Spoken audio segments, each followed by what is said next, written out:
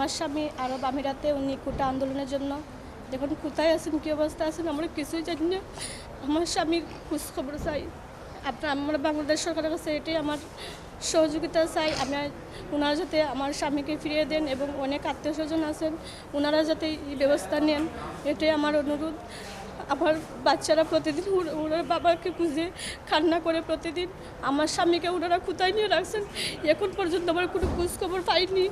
এটাই আপনাদের কাছে আমার অনুরোধ। আমার স্বামীকে চাই, আমার স্বামী খোঁজ করে দেন, কোনো সন্ধান পাওয়াই দেন, এটাই আপনাদের কাছে অনুরোধ।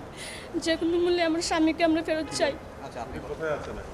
উনি আরব আমিরাতে আছেন, গ্রেপ্তার হয়েছেন, কোথায় আছেন আমরা কিছুই জানি না, কোনো সন্ধান পাই নাই। কোথায় আছেন, কারা নিয়ে গেছেন? ওনার সাথে আরও অনেকে আছেন, কিন্তু ওনাদেরও নাম ঠিকানা কিছুই আমরা জানি না, কোনো খোঁজ খবর পাই না। জি, এখনো পর্যন্ত আমরা ওনাদের খোঁজ খবর পাইনি, ওনাদেরকে খোঁজ খবর দিয়ে দেন। আমরা দেশের পুরো সংস্কার করছি, কিন্তু আমাদের রেমিটেন্স যোদ্ধাদের যদি জেলের মধ্যে আটক রেখে আমরা করি তাহলে সেটা সঠিক হবে না। সরকারকেও এটা জরুরি ভিত্তিতে এই পদক্ষেপটা নিতে হবে এবং আমরা কিছু ল ফার্মকে জোগাড় করতে চেষ্টা করছি আইন ব্যবস্থা। উনি আমাদের একটা দুবাই, উনি মাঝে মাঝে কাজ চিন্তা করছে যে আমরা যদি যেতে পারি তাহলে মানে সত্যিকার ঘটনাটাও আমরা বের করে আনতে পারবো। এবং আমরা সব ধরনের সহায়তা দিব। আমাদের যে ধরনের, আমার মনে হয় তাদের মেসেজটুকুই আপনাদের মিডিয়াতে যাওয়া উচিত। শুধুমাত্র ইউএতে হয় নাই, এটা অন্যান্য দেশে হয়েছে, যেমন সৌদি আরবে, কাতার, এগুলো জায়গায় হয়েছে। তো আমাদের কাছে অলরেডি যোগাযোগ করেছেন এবং কিছু আত্মীয় স্বজন এসছেন যারা 57 জনের মধ্যে পড়ছেন না। তারা জানেন যে তাদের ভাই বা হাজব্যান্ড তাদেরকে নিয়ে যাওয়া হয়েছে, কোথায় নিয়ে যাওয়া হয়েছে, তাদেরকে শাস্তি দেওয়া হয়েছে কিনা সেটাও জানে না।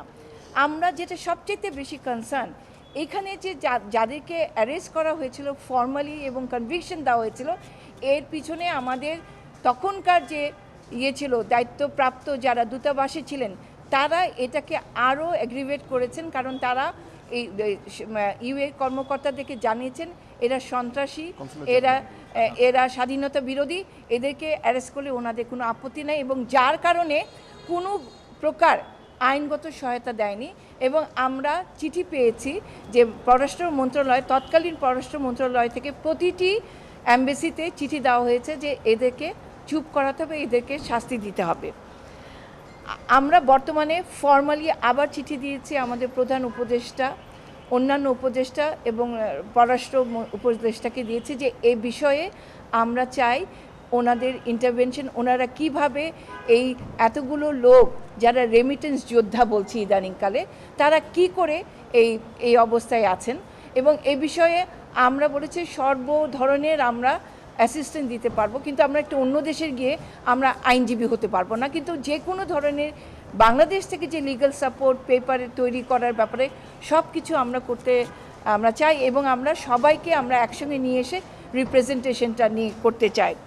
এবং আমরা দুবাই যে কনসাল জেনারেল যিনি আছেন দূতাবাস থেকে, আমাদের দেখা যাচ্ছে যে আমরা অ্যাম্বাসেডারকে নিয়ে আসছি বা হাই কমিশনারকে ফিরিয়ে নিয়ে আসছি, কিন্তু আমরা অন্যান্য কর্মচারীদেরকেও নিয়ে আসছি না। দুবাই যিনি consul general BM Jamal Hossain, উনি কিন্তু সবচেয়ে দায়ী ব্যক্তি, যিনি এই 57 ব্যক্তির কনভিকশনের জন্য দায়ী, কোনো ধরনের লিগ্যাল সাপোর্ট দেন নাই। এবং উনি ওদেরকে স্বাধীনতা বিরোধী বলেছেন, এবং এটা খুব ফেভারিট ডায়লগ ছিল, স্বাধীনতা বিরোধী জামাত শিবির। এটা তো এত ফেভারিট ডায়লগ ছিল, কেউ যদি কোনো ধরনের কথা বলতো বা দ্বিমত পোষণ করতো, তখনই আপনি হয়ে যেতেন অন্য আরেক ধরনের দলের ব্যক্তি, বা আপনি স্বাধীনতা বিরোধী। এই কথাটা আমি নিজেও শুনেছি। আমি মানবাধিকার কমিশনে যখন ছিলাম তখন আমি দেখেছি অনেক বিষয় এসছে যেটা মানবাধিকার কমিশনে উচিত ছিল, কিন্তু যারা অন্যান্য যে কমিশনার ছিল তারা বলছে না না আপা এটা মাইন্ড করবেন, এটা করা যাবে না, এটা তো দ্বিমত করলেই তারা পাকিস্তানের চিন্তা ভাবনা। আপনি যখনই চিন্তা করবেন পাকিস্তানের চিন্তা ভাবনা, না হয়তো ইসলামিক আপনি হয়ে গেছেন, জঙ্গি হয়ে গেছেন, এটা হলো কথা। আচ্ছা, আমাদের এখানে যারা আছেন তারাও কথা বলবেন। আমি আর ফিরবো না দেখে আমি দুটো কথা বলতে চাই। আমরা ফর্মার ল কমিশনার যিনি চিফ জাস্টিস ছিলেন খয়রুল হক সাহেব, তার বিরুদ্ধে আমরা একটা দিয়েছি, মানে তার যথাযথ তার বিরুদ্ধে যেন ব্যবস্থা গ্রহণ করে, আইনগত ব্যবস্থা গ্রহণ করা হয়, কারণ he is the architect of abolishing the whole democratic system in Bangladesh, এবং তার বিরুদ্ধে যথাযথ যত ধরনের আইনানুগ ব্যবস্থা আছে সেটা গ্রহণ করতে যেন পারেন।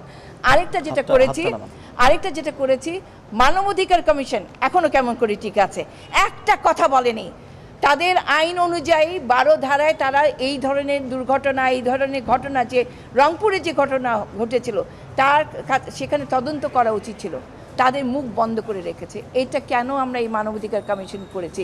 তারা কোটি কোটি টাকা বিদেশি অনুদান পান, তারা বিদেশ সফরে যান, তারা সুন্দর সুন্দর জায়গায় যান, বড় বড় গাড়িতে চড়েন, কিন্তু they have not done anything for human rights.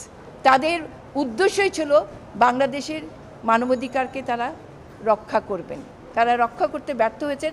অতএব আমরা চাই ওনাদের ইমিডিয়েট রেজিগনেশন, নয়তো কীভাবে তাদের রেজিগনেশন করা হবে সেই ব্যবস্থা আমাদের উপদেষ্টা মণ্ডলী করবেন।